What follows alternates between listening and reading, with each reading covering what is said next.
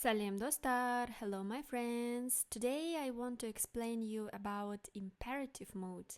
To give a command or make a request in Kazakh language is very easy. Here you have 3 steps that I recommend you to follow if you want to make a polite request.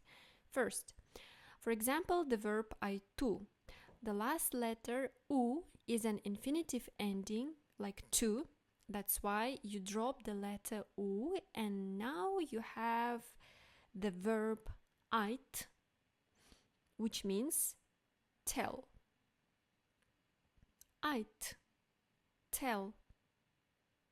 Well, in English we say tell me. Second, to make a request polite, add a suffix sh. In this case, it is with hard vowel o, sh. It gives the meaning of please. Ait sh, tell please. Third, you can also use the personal pronoun. In this case, it is the dative maran, which means to me. But depending on the verb, it can change, okay? So in this case, it will be ait sh maran, tell me, please. The suffix sh means please, and maran, me. Ait sh maran. Ait sh maran. Repeat after me. Ait sh maran. Ait sh maran.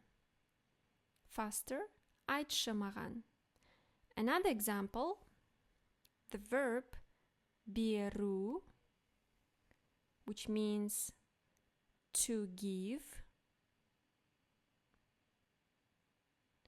So first we drop the last letter u, and second we add the suffix sh, but pay attention that the vowel of the suffix will be soft because the verb bir includes a soft vowel ye, bir sh.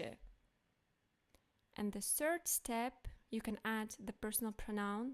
It's not obligatory, but you can say bir sh maran. Bir sh maran. Give me, please. Bir sh maran. Try to repeat after me. Bir sh maran. Give me, please. Thank you for your attention. Nazarlarыңызға рахмет. Don't forget to like the video and subscribe. Сау болыңыздар. Bye bye.